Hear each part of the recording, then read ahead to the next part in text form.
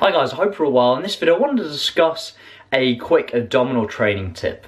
Now one of the exercises I see perform more incorrectly than others is any abdominal exercise where you're really trying to target the lower abdominals. Now keep in mind that when we're performing any type of abdominal or oblique exercise, we're still going to be working the whole core simultaneously. A lot of people think that by just doing oblique crunches, you're just targeting the obliques. Even though you're placing greater emphasis on the obliques, the whole of the core will still be engaged. So it's important that I bring that up. But one of the things I notice with any individuals doing any exercise where they're lifting their legs up, so a great example is a hanging leg raise. What I see more and more often is people just lifting their legs straight up and down with their pelvis in the same position. The issue with this is the hip flexors will basically take over the exercise. I want to try and minimize this as much as possible. Now keep in mind the hip flexors are still going to be engaged, but the real key to this exercise is making sure that the pelvis actually comes forwards and up. So instead of just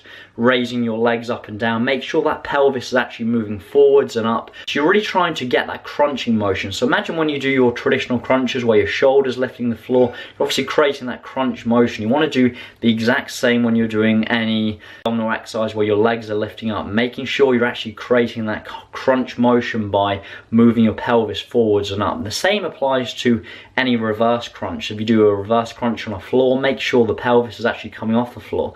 The same if you're doing a reverse crunch on a decline bench. Make sure that pelvis is actually moving forwards and up as opposed to staying still and the legs just moving up and down. So hopefully that's been useful. That really does help massively. Any hang leg raise, any reverse crunch, any exercise where the legs are moving up and down, make sure the pelvis is actually moving forwards and up as well, as opposed to just staying still. So hopefully that's been useful.